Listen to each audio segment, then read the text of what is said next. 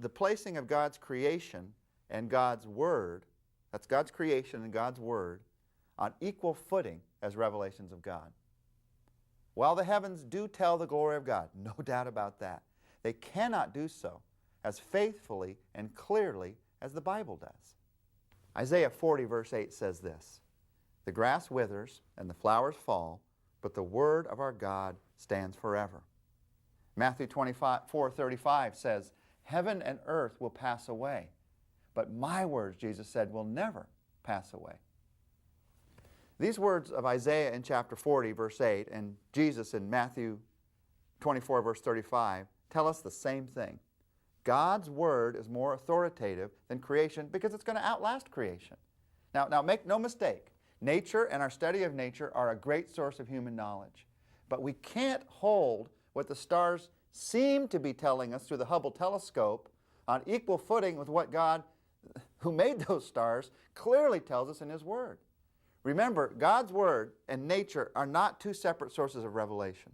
Nature is designed to teach us certain facts about God. But the Bible is designed to lead us to the God about whom nature speaks. The two are complementary.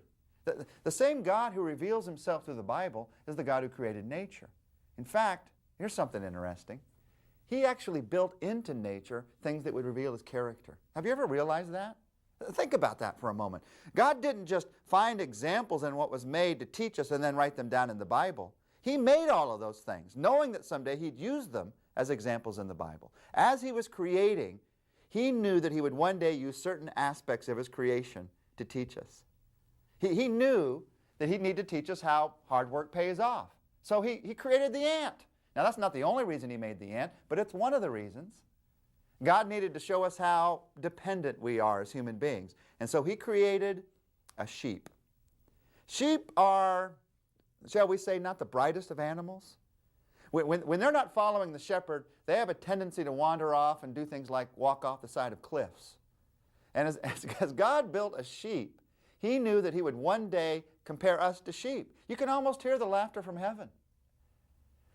As we've looked at evolution and at theistic evolution, we've seen some of the problems with those ideas of creation.